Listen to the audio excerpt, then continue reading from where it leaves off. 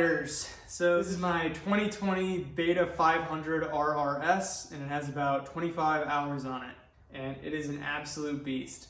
So I want to give you guys the 4 top things that you should definitely do to your bike as soon as you get it from the showroom or right from another person used. But I highly recommend these things. It'll help protect your bike and it'll give you a much better riding experience. The first thing I want to cover is the front brake disc guard. So I have an Acerbis, just a plastic one here. It's pretty solid. It's nice. It keeps a lot of the mud and the rocks out. Keeps the rotor protected really well. So I highly recommend getting that. I really like the white color on here, but you can get it in just about any color depending on the brand of your bike. But that's definitely a must-have. And this front disc guard is very easy to install. You just have to take the front tire off and slide it on there, so it's a really easy install. The second thing that I got are the Radiator Guards. So these are all in this is billet aluminum with a red color there to match the frame. And what's really nice is it protects the front of the radiator, but it also offers a lot of side protection. If you drop the bike over, it's not going to dent the radiator as easily. And they just look awesome. Check that out. Yep, those are totally sweet. You should definitely get some of those. I'm going to add all the links and descriptions from the website that I got them from, so you guys can check these out for your own bikes, especially if you have a Beta. There's not a whole lot of places where you can get accessories for them. Not quite like a KTM or a Yamaha or a Honda or something like that. So I had a really good experience with this company that I bought from, because I actually had to return some stuff. So I'll give you guys some more info on that.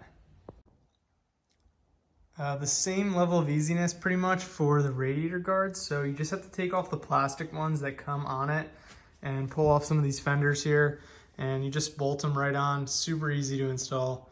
So highly recommend that. And the third upgrade I got right off the bat is the rear shark fin to protect this rear rotor. So this is all billet aluminum, same as those front radiator guards, and it matches really well. Looks sweet. I don't have a whole lot of time on this bike yet, but you can see it's already dinged up a little bit. Definitely helping to protect the rotor. One of the other things I got are these chain blocks. So the OEM ones that come on the bike do not have the little notches here to adjust your chain and align the tire. So I thought that was incredibly dumb, so I decided to go ahead and get them for both sides. You can see there, not only do they work really well, they look awesome. So it matches with the red theme of the whole bike. So the chain blocks and the rear fin for the rotor, you can actually install them together. Since you have to take the rear tire off anyway, you can do them both at the same time. So that's a pretty easy one as well. Probably the hardest of all the accessories that I've mentioned here, but still definitely worth it. And aside from it protecting your rotor and helping your bike out, looks awesome. So can't beat that. So to stray away from the protection theme a little bit, I got the tires balanced here. So I got them right from the dealer, so they couldn't actually install them right there. But you can see I have them on the front tire and on the rear tire as well. So they have it balanced out really well. So balancing the wheels was not something that I got right away. I do remember reading on some forums when I got the bike as far as some things that you should look into as soon as you get it. But I just decided to go ahead and run it without it and see how it was.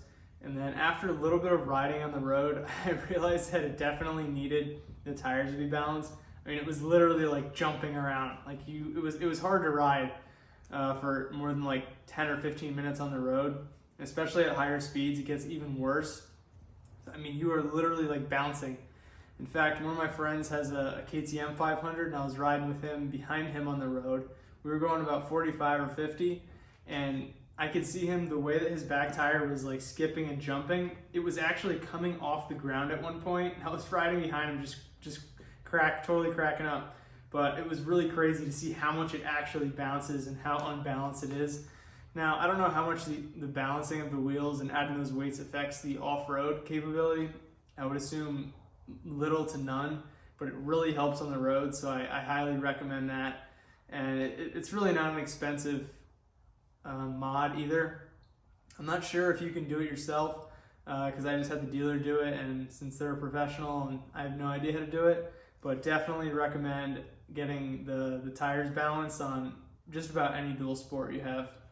And one of my biggest purchases, as you can see right here for this bike, is a kickstart, which I think is absolutely crucial to have a bike that you're going to be riding out in the woods.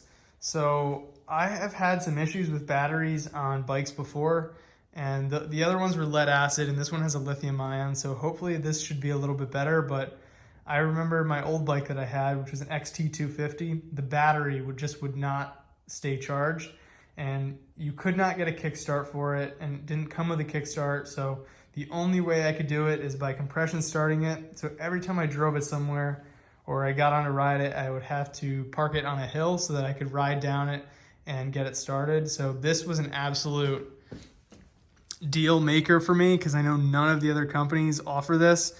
Now, it was an expensive extra option, but I think it's worth it, especially because I ride in the woods alone pretty often.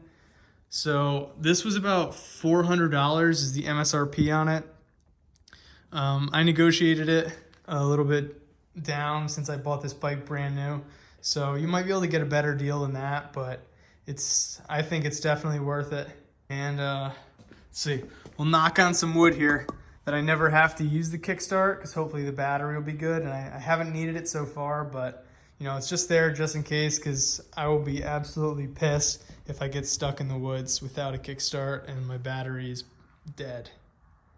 I also know that a lot of people will carry a small battery jumper in their backpack just for that reason, is that they aren't able to get a Kickstarter on their bike and they want to have that extra option just in case. So the fact that I don't have to carry that around, and I mean, that would be an extra expense anyway, so I might as well just put that towards the Kickstart and have a manual override so I can always start the bike.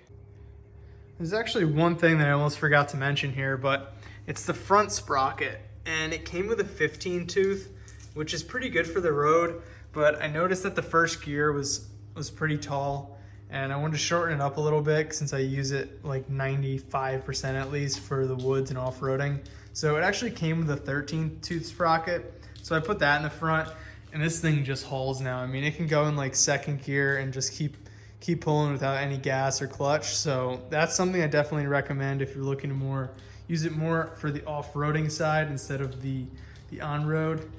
What's up? But if you're using it more for on-road, the 15 tooth is probably better for you.